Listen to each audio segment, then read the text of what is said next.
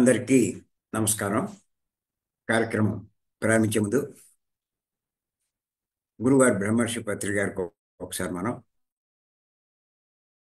ధన్యవాదాలు చెప్పుకుందాం. మనం గత కొన్ని రోజులుగా యోగీశ్వర్ల సందేశాలు చెప్పుకుంటున్నాం. అటువంటి వారి సందేశాల్లో ఈరోజు తైత్తరీయ ఉపనిషత్తు నుంచి ఒక సందేశం తీసుకుందాం. ఉపనిషత్తులు యోగీశ్వర్లు చెప్పినవి. వ్యాస భగవాన్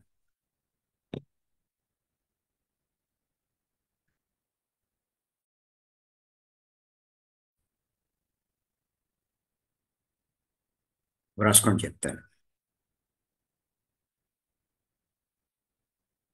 బ్రహ్మాది దేవతలందరూ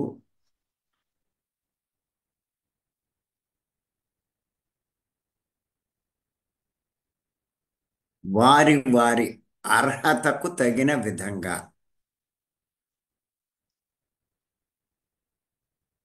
వారి వారి అర్హతకు తగిన విధంగా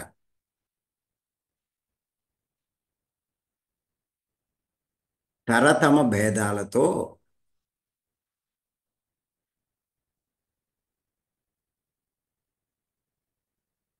ఆ పరబ్రహ్మ స్వరూపమైన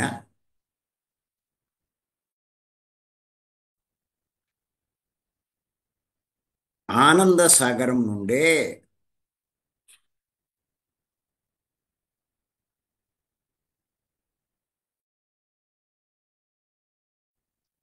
అనుభవిస్తున్నారని చెప్పి తెలుసుకోవాలి. అనుభవిస్తున్నారని తెలుసుకోవాలి.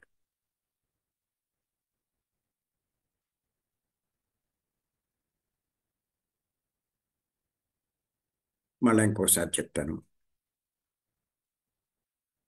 బ్రహ్మాది దేవతలందరూ వారి వారి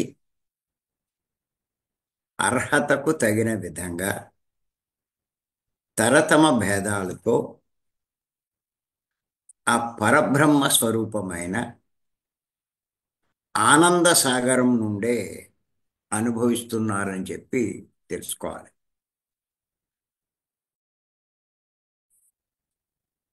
ఇక్కడ కొన్ని విషయాలు మనం దీంట్లోంచి అర్థం చేసుకోవాలి. బ్రహ్మాది దేవతలందరూ అని చెప్పి ఇక్కడ ఈ ఉపనిషత్తులో చెప్పబడింది. బ్రహ్మాది దేవతలందరూ అంటే ఈ దేవుళ్ళు దేవతలందరికంట గొప్పవాడు బ్రహ్మ. కాబట్టి బ్రహ్మ అయినా మిగతా దేవతలైనా అని ఇక్కడ అర్థం. వారి వారి అర్హతను బట్టి, వాళ్ళు సంపాదించుకున్న అర్హతని బట్టి తరతమ భేదాలు, ఒకరికి ఒకరికి ఇలాగా తేడాలు ఉంటాయి. ఆ తేడాలతోటి ఆ పరబ్రహ్మ స్వరూపమైన వీళ్ళంతా కూడా ఆ పరబ్రహ్మ ఆయన స్వరూపం ఏమిటంటే ఆనంద సాగరం.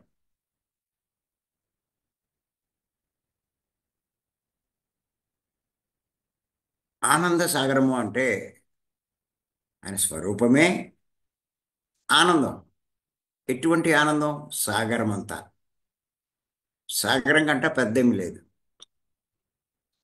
అంత గొప్ప ఆనందం మే ఆయన స్వరూపం. అటువంటి వాడు పరబ్రహ్మ.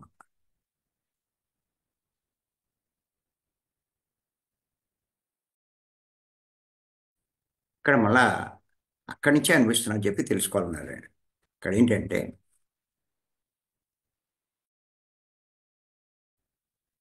ఈ బ్రహ్మాది దేవతల కంటే కూడా పరబ్రహ్మ చాలా గొప్పవాడు అన్న విషయం మనం తెలుసుకోవాలి. ఇది ఉపనిషత్తులో చెప్పబడినటువంటి సందేశం. మీరు నేను ఎవరూ చెప్పింది కాదు. సహజంగా మానవులకు ఉండే అభిప్రాయం ఏంటంటే దేవతలు దేవుళ్ళు గొప్పవారని. కానీ వాళ్ళు కూడా వాళ్ళకు ఉన్నటువంటి శక్తులు కానీ వాళ్ళు పొందే ఆనందం కానీ వాళ్ళ అర్హతను బట్టి ఆ పరబ్రహ్మ నుంచి పొందినవే. ఈ విషయం మీరు బాగా గుర్తుపెట్టుకోవాలి. ఎంత గొప్పవాడండి పరబ్రహ్మ.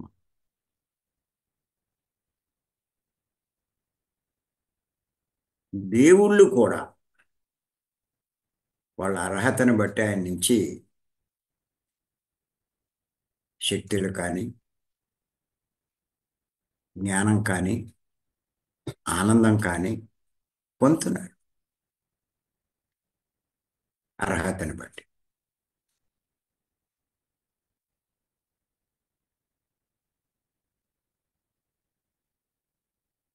ఆ పరబ్రహ్మనే సచ్చిదానంద స్వరూపుడు అని కూడా అంటారు. సృష్టికర్త అంటారు, విశ్వాత్మ అంటారు, పరమాత్మ అంటారు, పరబ్రహ్మ అంటారు. ఎన్నో పేర్లతో పిలుస్తారు. సృష్టిని సృష్టి చేసిన వాడు, సృష్టికి ఆధారమైన వాడు, సృష్టిని నడిపిస్తున్నవాడు,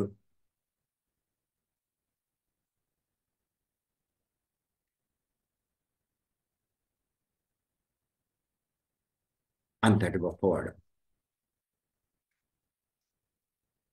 ఆయన దగ్గర లేదంటూ ఏదీ లేదు. అలా ఎవరు ఎంత ఆనందం పొందుతూ ఉంటారో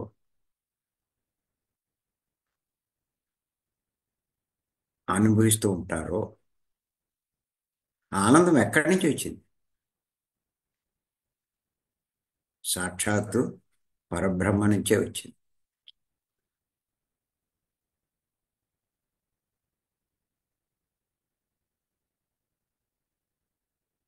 పరబ్రహ్మ అంటే ఎవరు?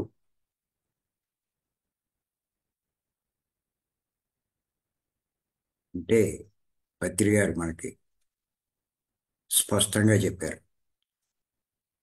ఆత్మే పరబ్రహ్మ అని.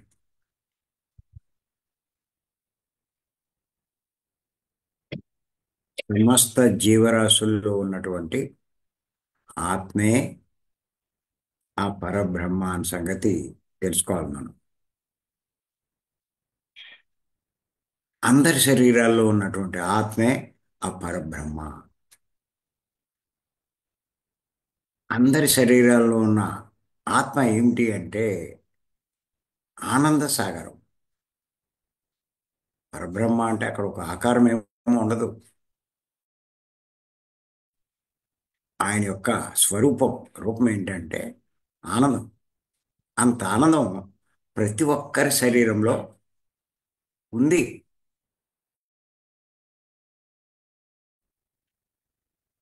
ఇంత ఆనందం శరీరంలో ఉంచుకుని ఎప్పుడూ దుఃఖపడుతూ ఉంటారు మానవులు, బాధపడుతూ ఉంటారు, ఈడుస్తూ ఉంటారు, అశాంతికి లొంగుతూ ఉంటారు. ఎందుకు వచ్చింది ఈ జీవితం అనుకుంటూ ఉంటారు. చూడండి విచిత్రం.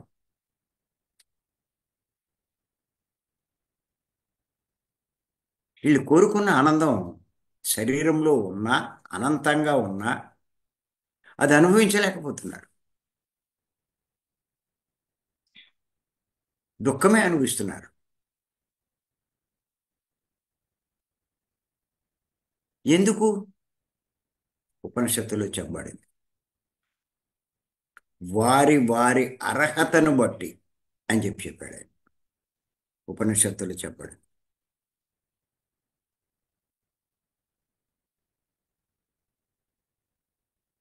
తగిన విధంగా ఎంత అర్హత ఉంటే అంత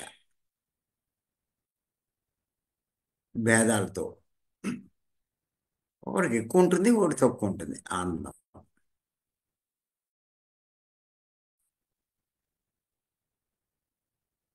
అనంత సాగరం, సాగరంలో నీటి కరువే ఉంది.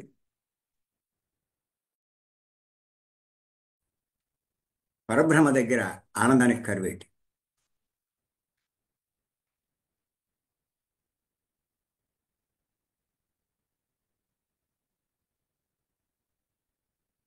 నువ్వు ఎంత పాత్ర పట్టుకెళ్తే సముద్రం దగ్గరికి అంత నీరు తెచ్చుకుంటావు. ఓ గ్లాస్ పట్టుకెళ్తే గ్లాసు సముద్రం నీరు తెచ్చుకుంటావు. బింది పట్టుకెళ్తే బింది, ఓ డ్రమ్ము పట్టుకెళ్తే డ్రమ్ముడు, ఓ ట్యాంకర్ పట్టుకెళ్తే ట్యాంకర్ సముద్రం నీరు తెచ్చుకోవచ్చు.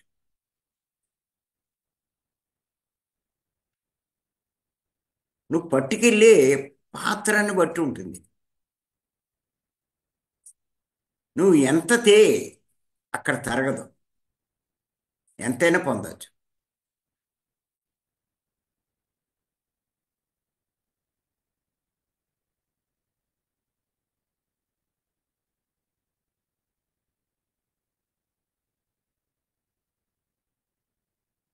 మరి ఆ లోపల ఉన్న ఆనందం ఎలా పొందాలి?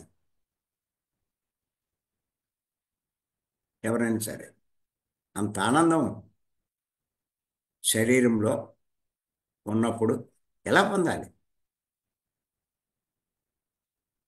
ఆ ఆనందం పొందే మార్గమే మన పత్రి గారు మనకు అందించిన శ్వాస మీద ధ్యాస ధ్యానం.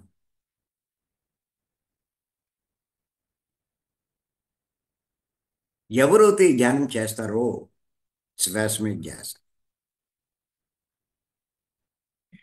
ముందు ఆలోచనలన్నీ అయిపోతాయి.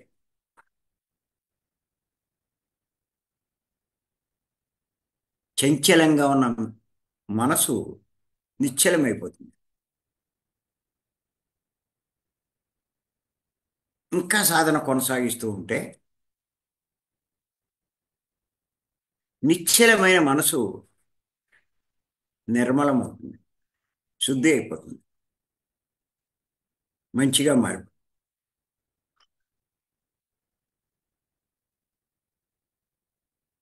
మీరు ఇంకా ధ్యానం కొనసాగిస్తూ ఉంటే నిర్మలమైన మనసు శూన్యమవుతూ ఉంటుంది.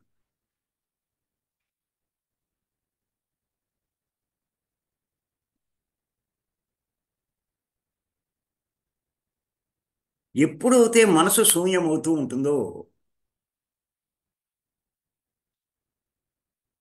ఆనంద సాగరం నుంచి మీకు ఆనందం అందుతూ ఉంటుంది. అంటే ఆనందాన్ని అనుభవిస్తూ ఉంటారు. ఎంత మనసును శూన్యం చేసుకుంటే అంత ఆనందాన్ని మీరు పొందగలుగుతారు, అనుభవించగలుగుతారు.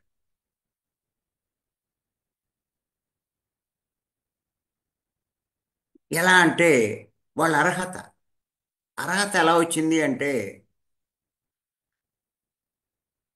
వాళ్ళు చేసే సాధన బట్టి. కొంతమంది ఎక్కువ చేయొచ్చు, కొంతమంది తక్కువ చేయొచ్చు. ఎక్కువ చేసిన వాడికి ఎక్కువ ఆనందం వస్తుంది, తక్కువ చేసిన వాడికి తక్కువ ఆనందం వస్తుంది.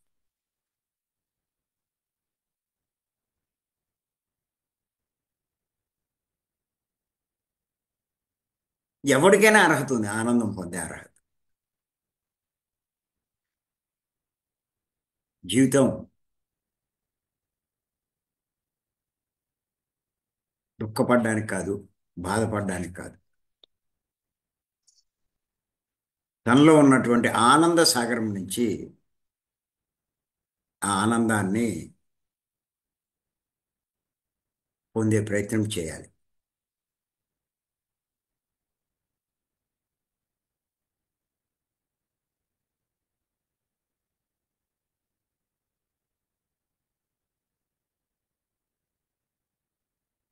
అందుకే బాలయోగులు అంత సాధన చేస్తూ బయటికి రాలేక ఆ ఆనందాన్ని అనుభవిస్తూ సంవత్సరాల తరబడి ఉండిపోతారు.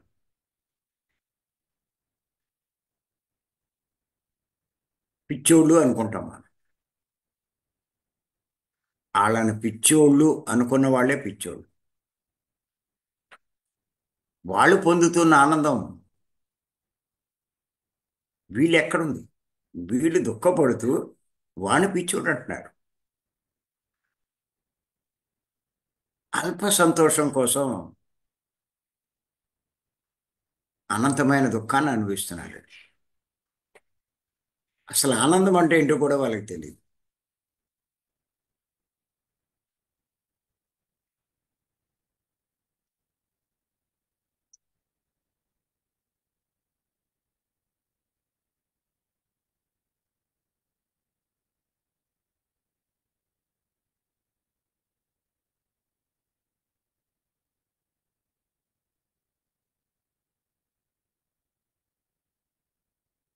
ఈ మధ్య మొన్న క్లాసులో మన వాళ్ళు కొంతమంది రాత్రి అంతా ధ్యానంలో కూర్చున్నారు. ఎలా కూర్చోగలిగారు? ఆ ఆనందాన్ని అనుభూతి చెందుతూ ఉండడం వల్ల, అంటే అనుభవిస్తూ ఉండడం వల్ల. ఆనందం లేకుండా దుఃఖం ఉంటే ఎలా కూర్చుంటారు? ఆ స్థితికి వెళ్ళని వాళ్ళు, ఆ ఆనందాన్ని పొందని వాళ్ళు కళ్ళు తెరిచేస్తారు, లేచిపోతారు. నా వల్ల కావట్లేదంటారు. కానీ ఆ స్థితికి చేరుకున్నవారు, ఆ ఆనందాన్ని అనుభవిస్తున్న వారు, వాళ్ళ గంటలు కూడా నిమిషాల్లో గడిచిపోతాయి. మన్నాడు కూర్చోమంటే మన్నాడు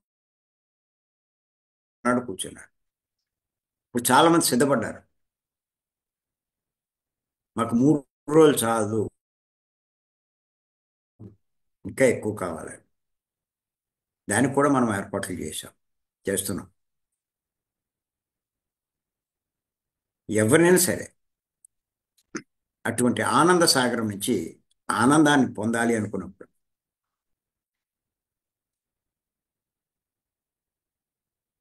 భీమవరం 1, 2, 3 తారీఖులు కాకుండా 4, 5 తారీఖుల్లో కూడా మీరు ఆనందం అనుభవించవచ్చు. సాగరం అది. సముద్రంలో ఎన్ని వేల మంది, ఎన్ని లక్షల మంది వెళ్ళి ఎంత నీరు తోడినా నీరు తరగదండి. అలాగే ఆ పరబ్రహ్మ నుంచి ఎంత ఆనందాన్ని మనం తీసుకున్నా అది తరగదు.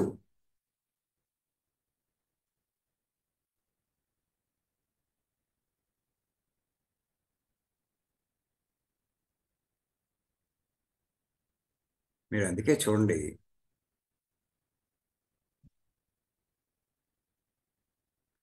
కొంతమంది చిరంజీవులు అంటాం.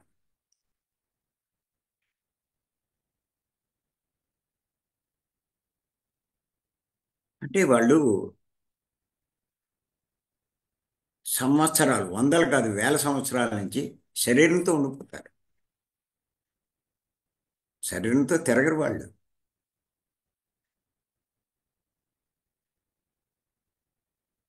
ఆ స్థితిలో ఉండిపోతారు వాళ్ళు. ఆ ఆనంద సాగరం ఎన్ని వేల సంవత్సరాలు అయిందో కూడా వాళ్ళకి తెలియదు. ఆంజనేయ స్వామి చూసుకోండి, మహావతార్ బాబాజీ అంటాం మనం. ఇలా చిరంజీవులుగా కొంతమందిని చెప్తారు. వాళ్ళంతా కూడా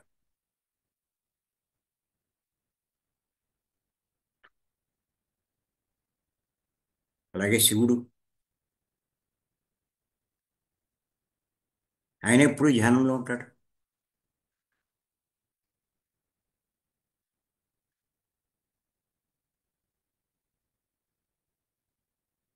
అనంతంగా ఉన్నటువంటి ఆ జ్ఞానాన్ని, ఆ ఆనందాన్ని ఆయన ఎలా గ్రోలుకుంటూనే ఉంటాడు ధ్యాన స్థితిలో.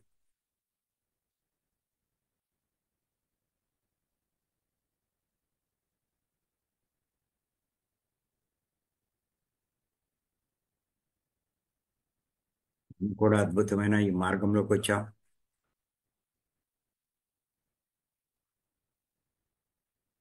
ఇది అర్థం చేసుకుని మీ సాధన పెంచుకోండి.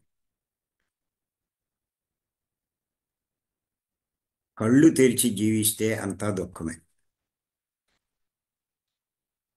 ఇప్పుడే మనం తెలుసుకున్నాం. వెనీల్ చెప్పాడు, కళ్ళు మూస్తే, మనసు మూస్తే, కళ్ళు మూయడం కాదు, మనసు మూస్తే మీరు ఉండేది ఆనంద సాగరంలో.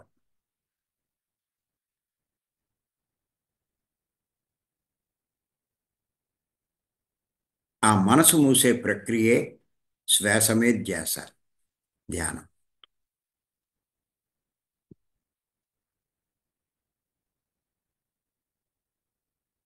చూద్దాం. ప్రతి నెల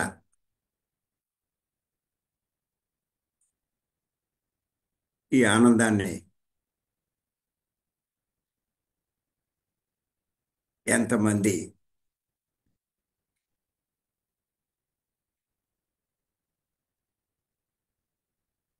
ఆ సాగరం నుంచి తోడుకుంటారు చూద్దాం.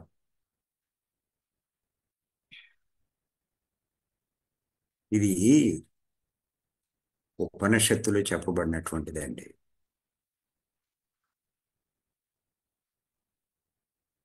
వేదాల సారమే ఉపనిషత్తు.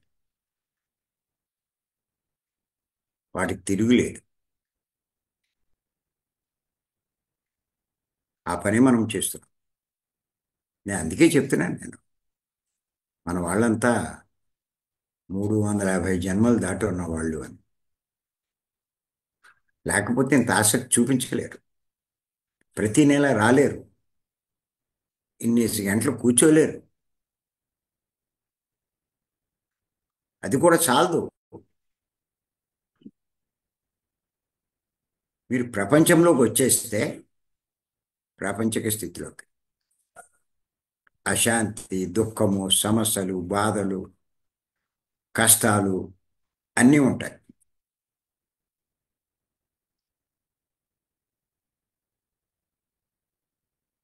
ఆ ధ్యాన స్థితిలో ఉంటే కనుక ఎప్పుడూ అనుభవించని ఆనందం అనుభవిస్తారు. ప్రపంచంలో ఉన్న వాటిని ఉపయోగించుకొని మానవుడు పొందేది సంతోషం మాత్రమే, గుర్తుపెట్టుకోండి. ఆనందం కాదు. ఆనందం ఉన్నది పరబ్రహ్మ నుంచే పొందాలి. అర్హత ఎలా వస్తుంది? నువ్వు చేసే సాధనను బట్టి, సాధన యొక్క తీవ్రతను బట్టి.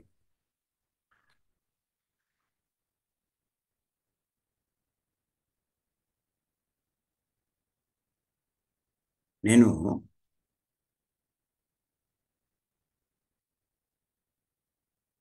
పత్రికని అబ్జర్వ్ చేశాను.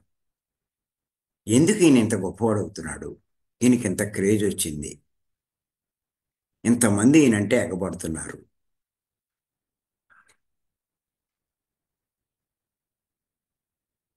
ఇప్పుడు అర్థమైంది నాకు.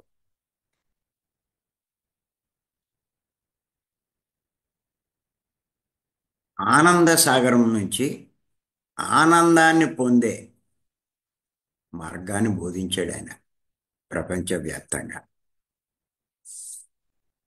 ఇంకెవ్వడూ బోధించలేదు.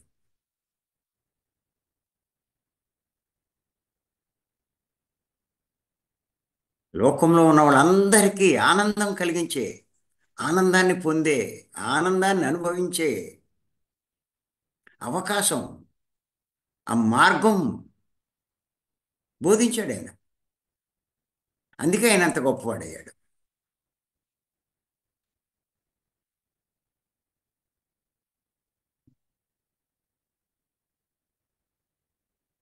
తెలుసుకున్నాను నేను. ఓ,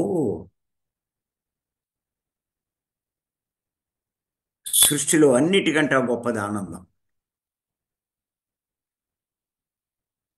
ఆనందాన్ని మించింది లేదు. మనం చెప్పుకుంటూ ఉంటాం కదా, సుఖము, సంతోషము, ఆనందం. శరీరం నుంచి పొందేది సుఖము, మనసు నుంచి పొందేది సంతోషము, ఆత్మ నుంచి పొందేదే ఆనందం అని.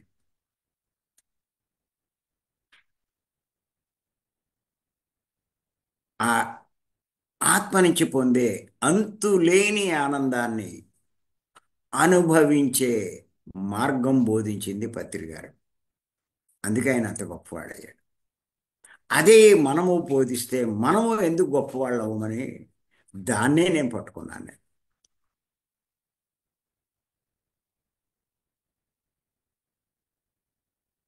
మీరు చూడండి,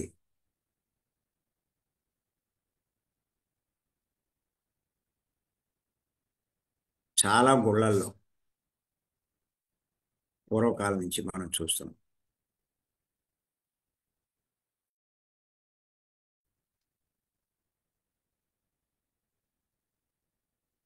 సెక్స్ బొమ్మలు ఉంటాయి. ఏంటి గుళ్ళ మీద సెక్స్ బొమ్మలు వేశారు అని చాలామంది ఇలా చేశారేంటి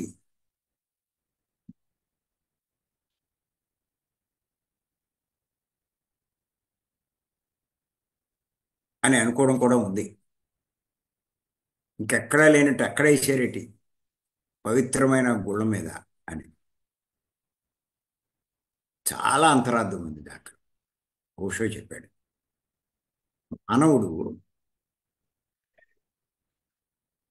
జీవితంలో 24 గంటలంతా కష్టపడినా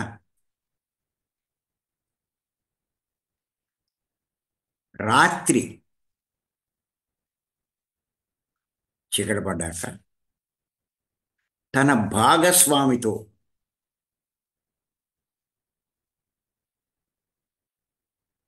సంభోగ సమయంలో పొందే ఆనందం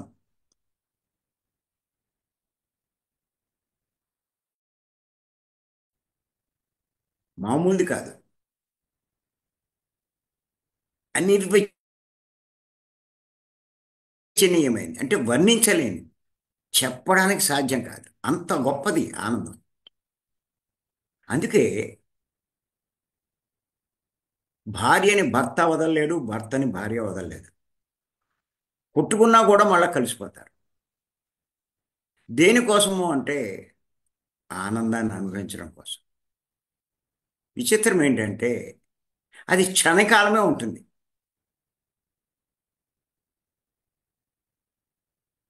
ఆ క్షణకాల ఆనందం కోసం పగలంతా కొట్టుకుంటారు, తిట్టుకుంటారు, ఎడముఖం పెడముఖం అంటారు. ఎందుకు వెళ్ళిపోరు? విడాకులు తీసుకోవచ్చుగా, తీసుకోరు.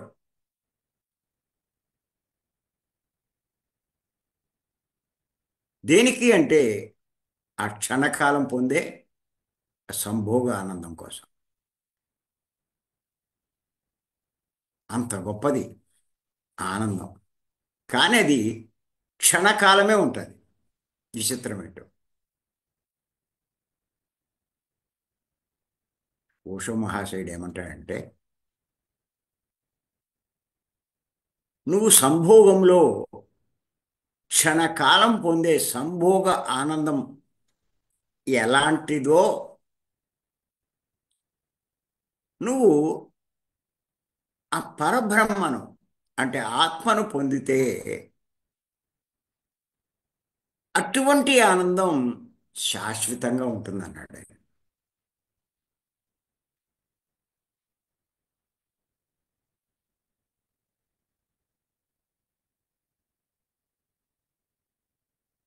నువ్వు క్షణకాలానికి అంత తృప్తి పడుతున్నావే, శాశ్వతంగా ఉండేదానికోసం నువ్వు ప్రయత్నం చేయట్లేదు, నీకు తెలీదు. చేస్తే ఇంక అది కూడా అక్కర్లేదంటావు నువ్వు.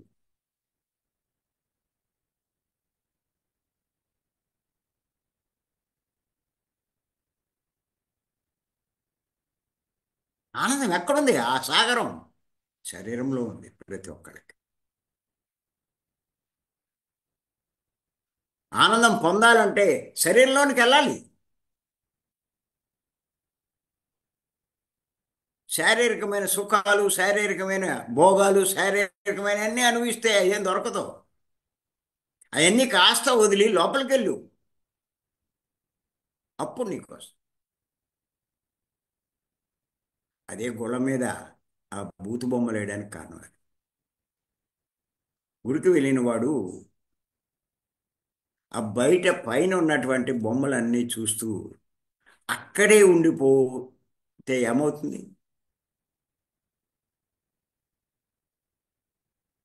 ఆనందం పొందలేడు. అందుకే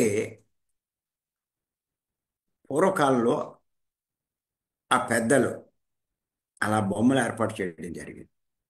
ఏమిటి దాని ఉద్దేశం అంటే, నువ్వు ఇలా బయట ఉండిపోకనైనా వీటితో సంతృప్తి పడి లోపలికెళ్ళు, గుడి లోపలికెళ్ళు,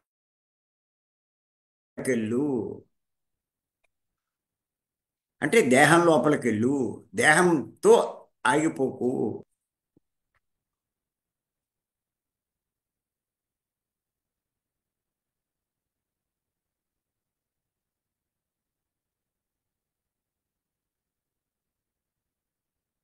ఇదే అర్థం చేసుకోమంటున్నారు ఉపనిషత్తులు.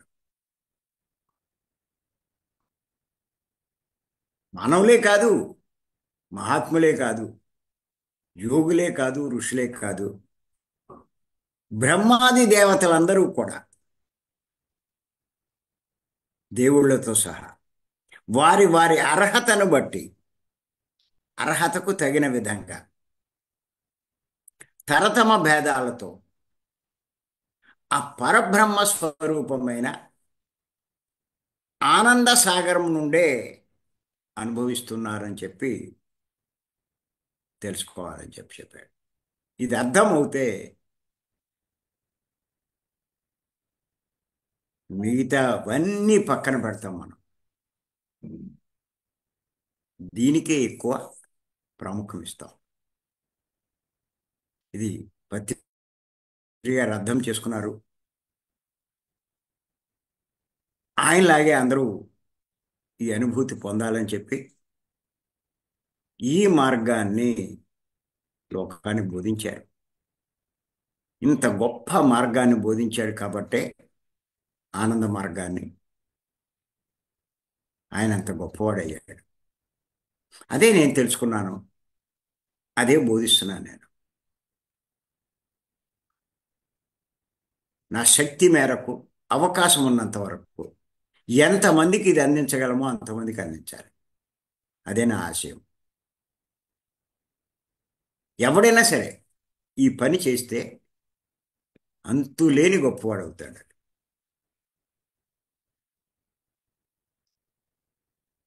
ఇంతకన్నా గొప్ప సేవ లేదు, ఇంతకన్నా గొప్ప మార్గం లేదు.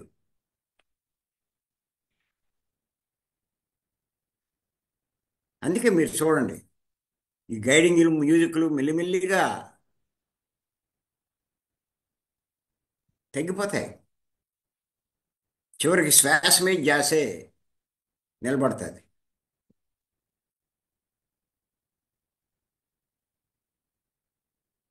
ఈ గైడింగ్ చేసినా, మ్యూజిక్ చేసినా మనసు నుంచే మీరు ఏదైనా పొందగలరు. మనసు దగ్గర ఏముంటుంది? అశాంతి ఉంటుంది.